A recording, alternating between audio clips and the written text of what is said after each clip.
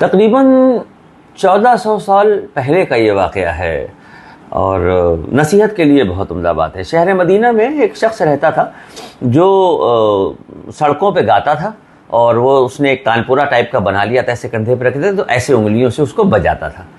بجاتا بھی بہت اچھا تھا اور گاتا بھی بہت اچھا تھا مدینے کی گلیوں میں، اور لوگ سن کے کچھ نہ کچھ اس کو دے دیا کرتے تھے۔ زندگی آرام سے اس کی گزر رہی تھی۔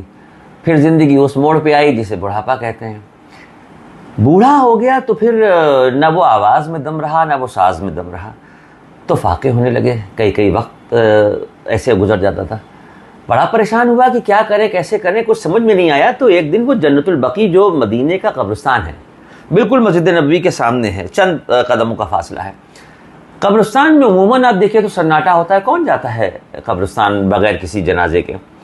وہ تنہائی میں قبرستان میں یعنی جنت البقیع قبرستان میں جا کے بیٹھا، اور اس کے بعد وہاں بیٹھ کے اس نے ایسے دیکھا، اس نے کہا کہ اے اللہ، تو نے آواز دی تھی تو میں گاتا تھا، تو نے آواز دی تھی تو میں بجاتا تھا، اور اچھی زندگی پوری گزر گئی۔ اب اس موڑ پہ آ گئے ہیں، اب کہاں جائیں، کس کے سامنے ہاتھ پھیلائیں؟ مولا کچھ تو میری بھوک کا انتظام کرتے۔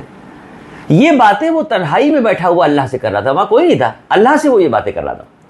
اور سامنے ہی مسجد نبوی کے صحن میں اس وقت امیر المومنین حضرت عمر فاروق رضی اللہ تعالیٰ عنہ تھے، وہ سو رہے تھے مسجد نبوی میں۔ اللہ رب العزت نے ان کو خواب میں یہ آواز سنائی، یہ جملے سنائے، اور یہ کہا کہ میرا ایک بندہ جنت البقیع میں ہے، جاؤ جا کے اس کی مدد کرو۔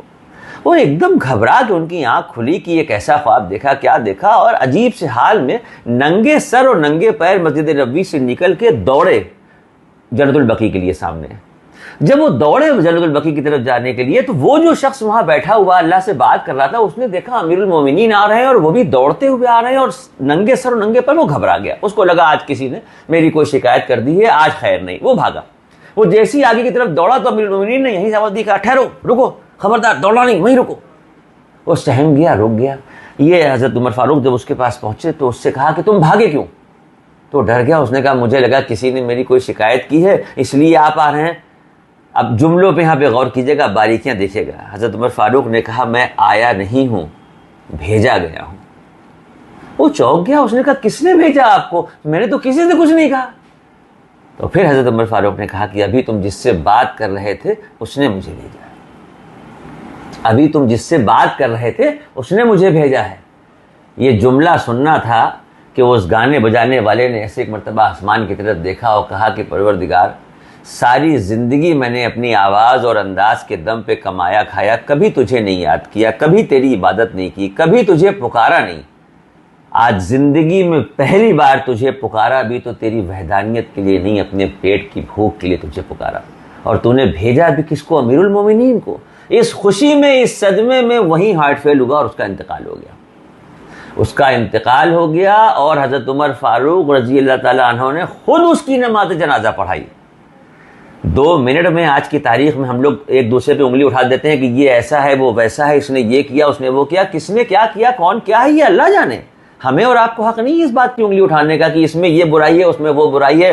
امیر المومنین حضرت عمر فاروق نے نماز جنازہ عبداللہ ابن ابی منافقین کے سردار کی پڑھانے سے اللہ کے نبی کو منع کر دیا تھا کہ یہ منافق ہے، آپ اس کی نماز جنازہ نہ پڑھائیں، اور یہاں وہ آدمی جو گانے بجانے والا ہے اس کی نماز جنازہ پڑھا رہے ہیں۔ تو کس کے کیا معاملات ہیں، ہمیں حق نہیں ہے۔ لوگ کہتے ہیں فلاں آدمی وہ گانے بجانے والا ہے، فلاں آدمی ایسا ہے۔ ارے فلاں کیسا ہے، فلاں کیسا ہے وہ چھوڑیے، ہم خود کیسے ہیں وہ دیکھیے۔ اللہ سے ہر وقت اس بات کی دعا کیجیے، توبہ کیجیے کہ کسی پہ اٹھی ہوئی انگلی ناگوار نہ ہو جائے۔